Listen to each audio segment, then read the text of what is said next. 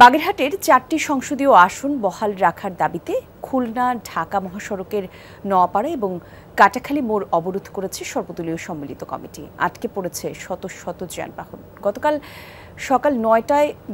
সকাল ৯টার দিকে মহাসড়কের দুটি স্থানে অবরোধ কর্মসূচি শুরু হয়। এতে অংশ নিয়েছে বিএনপি, জামায়াত সহ বিভিন্ন রাজনৈতিক দলের নেতাকর্মী সহ নানা শ্রেণী পেশার মানুষজন। আন্দোলনকারীরা জানিয়েছেন, দীর্ঘদিন ধরে বাগেরহাটের ৪টি সংসদীয় আসন রয়েছে। নির্বাচন কমিশন একটি আসন কমিয়ে ৩টি করার প্রস্তাব দিয়েছে। আর স্থানীয়দের দাবি ৪টি আসনই বহাল রাখা। আর এই দাবিতেই বিভিন্ন কর্মসূচি পালিত হচ্ছে। আসন পুনর্বিন্যাস নিয়ে আগামী ২৫ আগস্ট নির্বাচন কমিশনের শুনানি হওয়ার কথা রয়েছে। মহাসড়ক অবরোধের কারণে যানজটে ভোগান্তি পোহাতে হচ্ছে যাত্রীদের। কুমিল্লা ২ নির্বাচনী আসন পুনর্বিন্যাস প্রস্তাবের প্রতিবাদে ঢাকা-চট্টগ্রাম মহাসড়ক অবরোধ করেছে হোমনা মেঘনা নাগরিক সমাজ। আর এই বিষয়ে আরও কিছু তথ্য দর্শক আপনাদের জানাতে চাই। আমাদের সহকর্মী খোকন চৌধুরী সরাসরি যোগ দেবেন। খোকন, আন্দোলনরতরা কি বলছে বিস্তারিত আমাদেরকে একটু জানাবেন।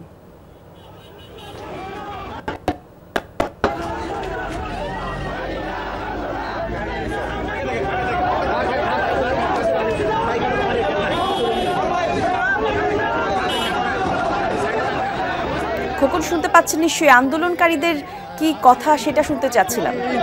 যে কুমিল্লা নির্বাচনী ২ আসন সেটি বহালের দাবিতে কিন্তু অর্থাৎ বহাল রাখার দাবিতে কিন্তু ঢাকা চট্টগ্রাম মহাসড়ক অবরোধ করতে বিক্ষোভ করছে মেঘনা ও হোমনা উপজেলার নাগরিক সমাজ। তারা বলছেন যে তাদের যে ভৌগোলিক অবস্থান থেকে যে বিশেষ করে মেঘনা উপজেলার হোমনার সঙ্গে তাদের আগেও তাদের এই আসনটি ছিল, সেই আসনটিকে বহাল রাখার দাবি করেই কিন্তু তারা ঢাকা চট্টগ্রাম মহাসড়ক অবরোধ করেছেন। এর আগে কিন্তু তারা মানববন্ধন কর্মসূচি পালন করছিলেন। হঠাৎ অঘোষিতভাবেই কিন্তু ঢাকা চট্টগ্রাম মহাসড়ক অবরোধ করেন। এখন কিন্তু এখানে যে আইন শৃঙ্খলা বাহিনীর সদস্যরা আছেন তাদেরকে সরিয়ে তাদের যেই অবস্থান কর্মসূচি সরিয়ে তারা কিন্তু সড়কের স্বাভাবিক অবস্থান করার চেষ্টা করছেন।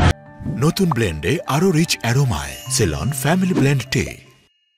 তো এখন কিন্তু আসলে আইন শৃঙ্খলা বাহিনী তাদেরকে রাস্তা থেকে সরিয়ে দিয়েছেন, ফলে এখন তারা যে যানবাহন চলাচল হয়তো এই কিছুক্ষণের মধ্যেই স্বাভাবিক অবস্থানে ফিরবে। ইতিমধ্যে গাড়িগুলো ছাড়তে শুরু করেছে। তো তাদের যে দাবি সেটি দাবি হচ্ছে তাদের যে হোমনা এবং মেঘনা সেই আসনটি যাতে বহাল রাখা হয় সেই দাবিতেই কিন্তু তাদের এই কর্মসূচি পালন করছেন। এবং এই নিয়ে কিন্তু আগামী ২৪ আগস্ট নির্বাচন কমিশনের পক্ষ থেকে একটি গেজেট প্রকাশ করা হয়েছে যে আসন ২৪ আগস্ট এর শুনানি হবে। তারা চাচ্ছেন যে তাদের আসনটি যাতে বহাল থাকে, সেই দাবিতেই কিন্তু আজকের যে আন্দোলন। এবং তারা ভৌগোলিক অবস্থান থেকেই কিন্তু তাদের এই দাবিটি করছেন। এবং তারা বলছেন যে তাদেরকে যে দাউদকান্দির সঙ্গে জড়িয়ে দেওয়া হয়েছে, অর্থাৎ দাউদকান্দির সঙ্গে তাদের যে সড়ক যাতায়াতে কোনো ব্যবস্থা নেই এবং অন্য একটি জেলার দিয়ে কিন্তু দাউদকান্দিতে যেতে হয়। ফলে তারা চাচ্ছেন যেভাবে আসনটি রয়েছে সেভাবেই যাতে রাখা হয়, সেই দাবিটুকু কিন্তু এই আন্দোলনকারীদের থেকে উঠেছে। খোকন, ধন্যবাদ আপনাকে।